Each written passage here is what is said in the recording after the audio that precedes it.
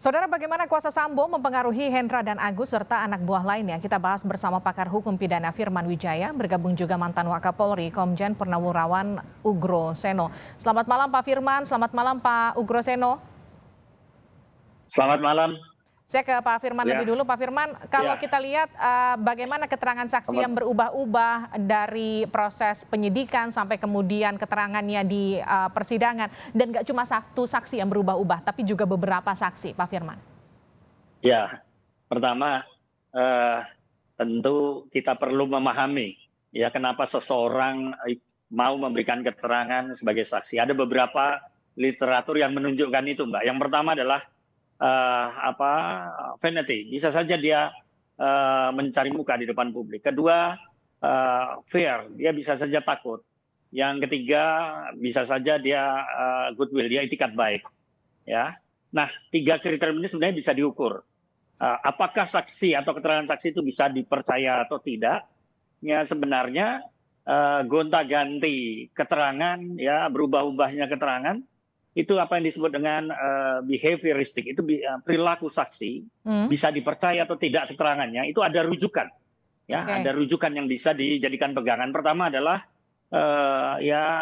keseharian saksi, ya, kemudian bagaimana saksi menjalankan tugas-tugasnya, terutama aspek-aspek yang berkaitan dengan kepercayaan publik. Nah, di sini saya juga ingin mengkaitkan dengan soal gimana mengukur perintahan tadi ya, kalau tadi disampaikan karena hubungan atasan dan bawahan. Ya. Ada konsep yang namanya ambtelijk bevel itu ya Mbak ya. Mengukur perintah jabatan itu apakah semua perintah jabatan itu adalah perintah yang sah atau enggak. Ini common sense berlaku sebenarnya. Setiap perintah publik itu, perintah jabatan itu masuknya pada wilayah publik Mbak. Bukan pada wilayah privat atau kepentingan yang bersifat pribadi. Ini cara menalar dan menakar sebuah perintah itu sah atau tidaknya. Kemudian kedua, hubungan hierarkis. Sebenarnya dari prinsip apa yang saya sebut ambtelijk bevel tadi di dalam pasal KUHP itu sudah ada rujukan operasionalnya bahwa perintah itu hanya bisa dilaksanakan sepanjang tidak melanggar hukum, ya. Dan itu memang masuk dalam wilayah kedinasan. Jadi ukurannya sebenarnya pada public ref, pada hukum publik, bukan pada wilayah privat, wilayah pribadi-pribadi atasan atau perintah jabatan karena pribadi pejabat atasannya. Ya, sebenarnya ukurannya common sense saja kok itu. Oke, jadi, Pak Firman, tapi kalau menurut saya, gimana Mbak? Kalau dalam hukum acara pidana dengan berbagai keterangan saksi yang berubah-ubah, bagaimana hakim kemudian bisa menjadikan ini sebagai bahan pertimbangan vonis? Sementara kalau misalnya kita dengarkan misalnya nih, Susi saja yang bukan dari kepolisian, itu hakim sudah menyatakan bahwa kamu banyak bohongnya. Tapi kemudian kenapa keterangan Susi masih penting juga untuk didengarkan di persidangan? Ya, bahwa keterangan saksi ada prinsip no witness no crime, Mbak. Dalam prinsip hukum pidana itu kalau nggak ada saksi, ya nggak ada kasus pidana. Maka itu menempatkan saksi, sekalipun potensi rawan keterangan saksi itu demikian terlihat, dia bisa berubah-ubah, tetapi dia ditempatkan pada nomor wahid ya. Jadi keterangan saksi itu menjadi alat bukti yang paling utama.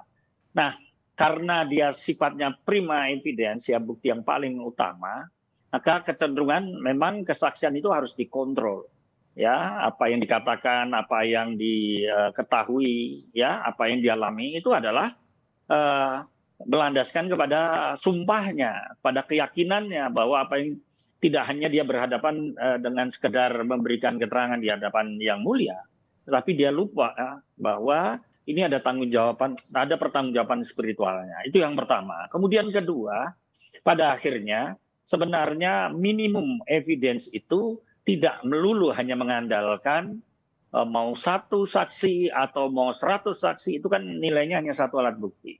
Hakim bisa menggunakan alat bukti yang lain. Kebetulan kalau saya melihat dalam perjalanan kasus ini, testimonial evidence, nilai kesaksian-kesaksian itu akan diukur dengan real evidence, dengan fakta-fakta atau bukti yang sebenarnya. Misalnya kalau kaitan dengan CCTV, ya kaitan dengan digital evidence-nya, bukti digitalnya.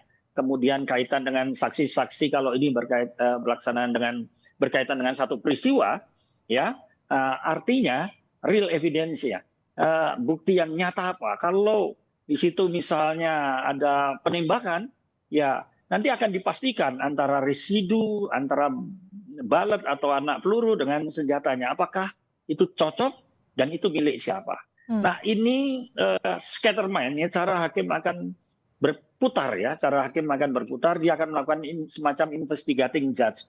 Jadi sekalipun ada kerawanan di wilayah saksi yang labil keterangannya, katakanlah begitu ya, potensi berubah antara berita acara dan sebagainya, tapi pola investigating judge yang dilakukan hakim ini termasuk, maaf nih kalau saya sampaikan pada hari ini seperti yang saya pernah sampaikan pada waktu yang lalu, bahwa kecenderungan surat dakwaan penasihat hukum mengajukan eksepsi, keseluruhannya ada kecenderungan hakim memiliki rasio logis yang sama untuk menolaknya. Kenapa demikian? Karena ini model dakwaan jaring laba-laba, kalau saya boleh mengistilahkan, yang sulit ya lolos dari jeratan model dakwaan kombinasi semacam ini.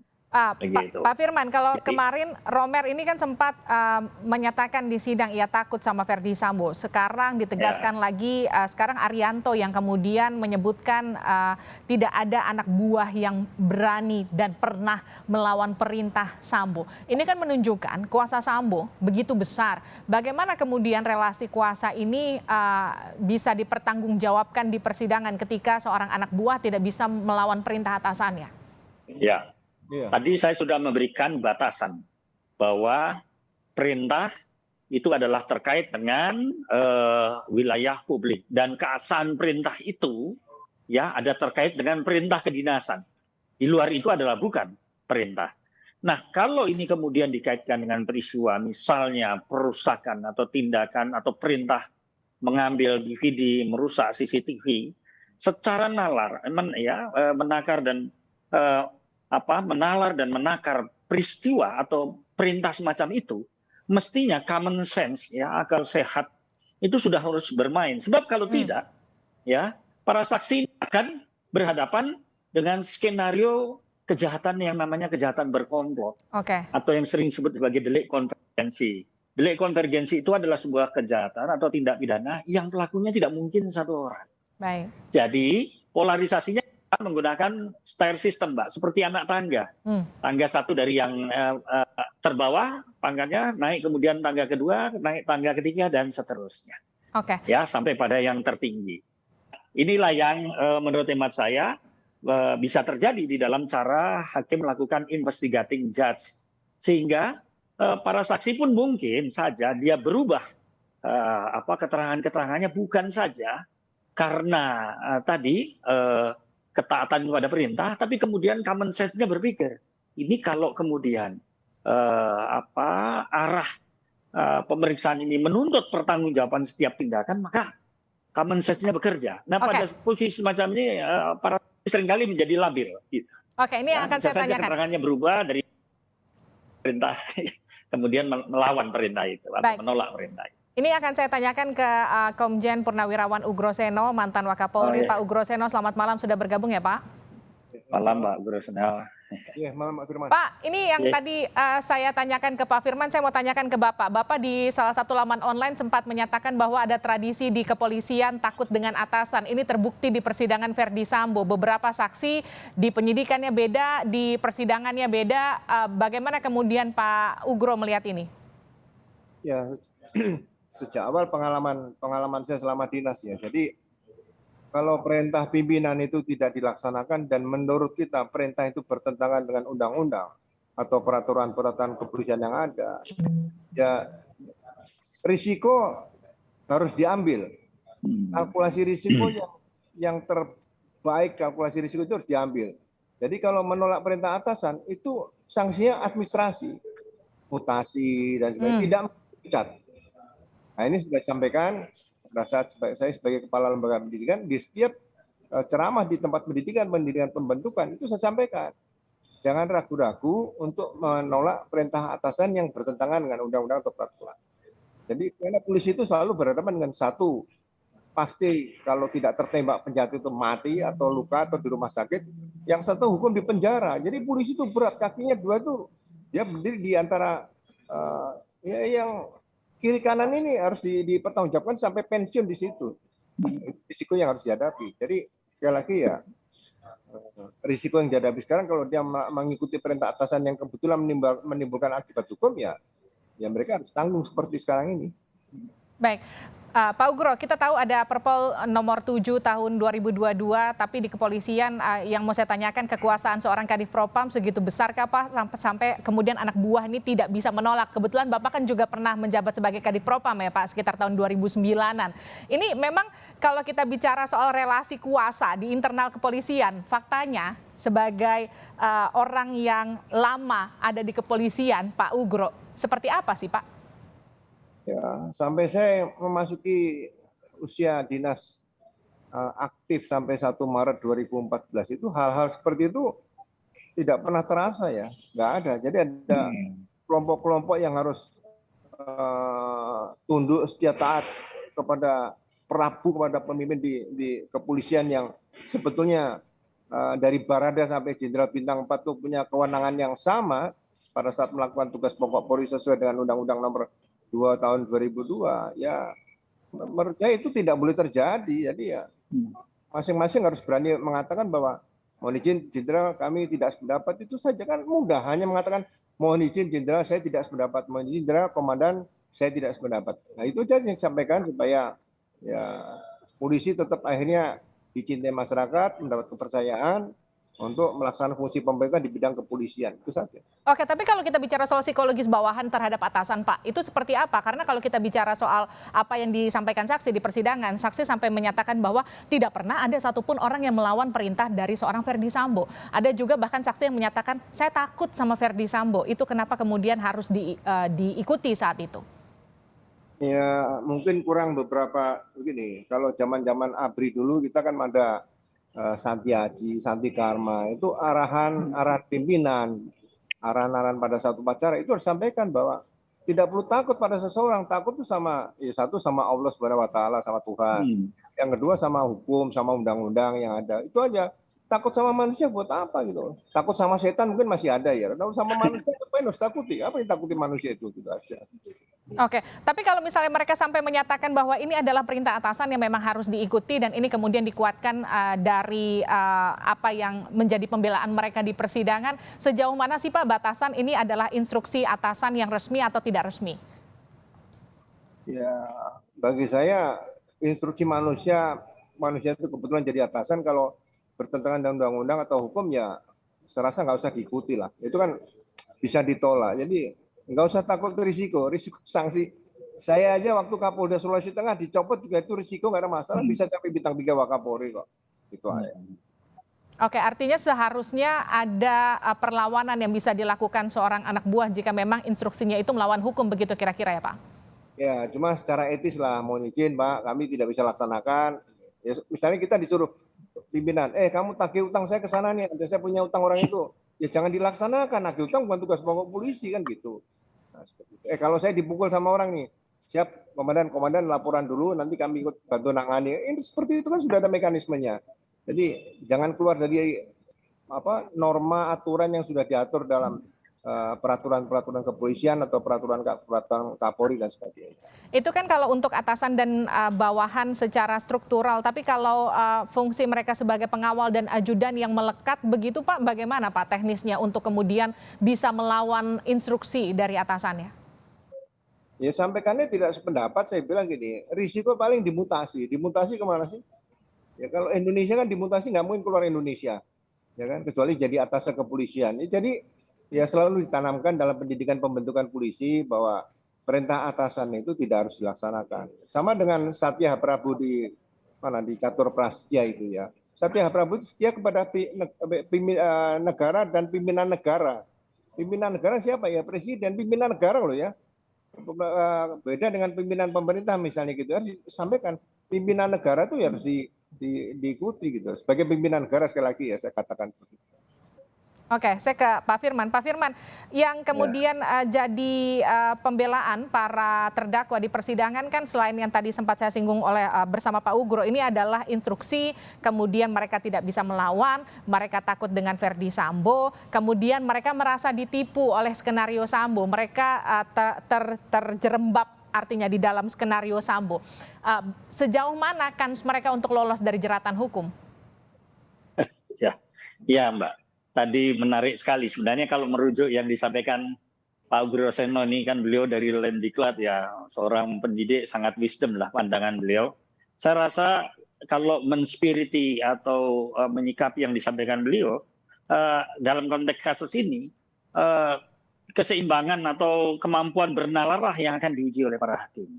Sejauh mana pendayagunaan kepatutan itu yang saya sebut common sense seperti yang dicontohkan oleh beliau, ya kalau itu perintah itu bersifat tanda kutip manipulatif ya terhadap kewenangan atau kekuasaan jabatan, saya rasa itu konsekuensi yang ya menjadi pilihan rasional.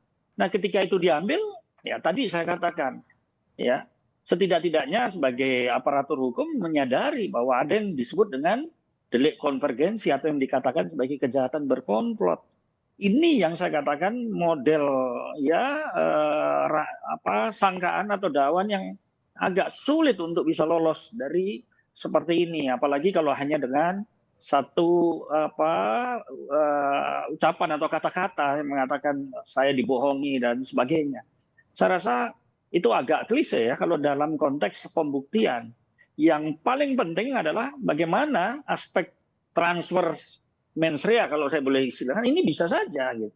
Dalam pandangan penegak hukum termasuk hakim melihat, loh ini kok jadi satu rangkaian sikap, misalnya tidak berani menolak dan kemudian seperti yang disampaikan Pak Ugroseno, ya mestinya kan siap kemudian ini ada pasal yang melarang ini, kira-kira semacam itu satu hal yang bisa dihindari. Tapi kalau sudah seperti ini, saya mengatakannya ya dalam beberapa pertanyaan rekan-rekan media ya, kejahatan atau dimensi tindak pidana konvergensi itu pasti pelakunya nggak satu orang.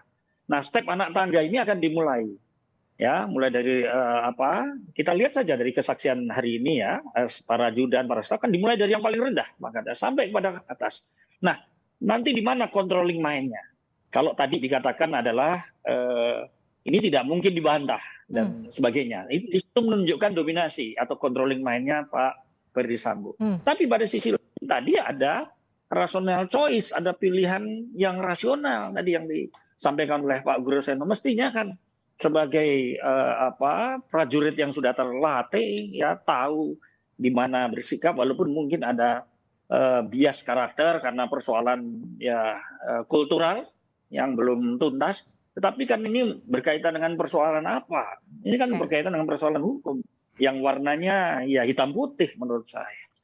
Baik, ini terakhir untuk Pak Ugroseno. Pak, ini kan jadi momentum untuk perbaikan internal Polri. Bagaimana kemudian kalau kita bicara soal bagaimana memperbaiki mindset bawahan yang takut dengan atasan, tradisi yang harus selalu nurut untuk pimpinan. Bagaimana kemudian ini bisa menjadi perbaikan di internal Polri ke depan? Ya, saya pikir peran pengawasan Propam itu selalu saya sampaikan. Propam itu kalau bisa dipimpin bintang 3 dan yang tugas di Propam itu jangan pindah-pindah. Itu pertama. Yang kedua, ini kesempatan kalau misalnya suatu saat pimpinan memerintahkan dan Bapak Antum menyatakan kami tidak bisa melaksanakan karena bertentangan dengan undang-undang atau peraturan yang ada. Mohon izin, jenderal, mungkin komandan tidak bisa kami laksanakan.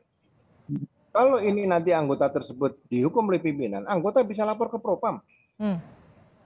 Propam nanti ada sidang kode etik, dibuka aja. Jadi sebetulnya dengan lahirnya polisi berpisah sama TNI, kemudian kita berdiri sendiri dan sudah ada kepropaman, ya kan? Ini kan suatu kemajuan yang luar biasa. Nah, fungsi Propam ini berdayakan maksimal. Propam itu harus berfungsi semacam penyelamat ya organisasi, ya manusia, masyarakat, ya anggota Polri sendiri. Jadi memang berat fungsi Propam. Jadi ke depan nanti pelajaran Propam ini, pengetahuan Propam harus diajarkan di awal pendidikan pembentukan. Oke. Kalau sudah lolos, baru mereka tahu hak-haknya dan kewajiban sebagai anggota polisi, apa yang boleh dan tidak boleh, baru mengikuti pelajaran profesi-profesi kepolisian lainnya. Itu menurut saya yang mungkin harus dirubah. Mudah-mudahan Pemdik bisa mendengarkan ini ya Pak Riko ya, kira-kira gitu. Baik, dan yang penting juga bagaimana kemudian kasus ini bisa jadi pelajaran bagi para personel kepolisian untuk kemudian bisa memilah-milah mana instruksi yang harus diikuti, mana yang kemudian bisa mereka pertimbangkan sesuai dengan nalar karena beresiko dengan bertentangan dengan hukum. Terima kasih pakar hukum pidana Firman Wijaya, terima kasih juga mantan Wakapolri Komjen Purnawirawan Ugro Seno, terima kasih Pak Ugro, terima kasih Pak Firman telah bergabung bersama kami di Sapa Indonesia Malam.